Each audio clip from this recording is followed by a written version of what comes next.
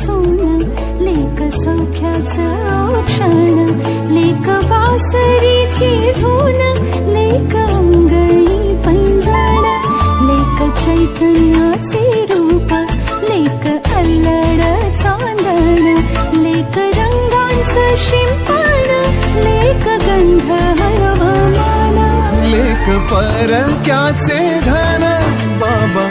तुटतो आतून आला गोठलेला क्षण माहेराचं सोन लेक सौख्याचं औक्षण लेक बासरीची धून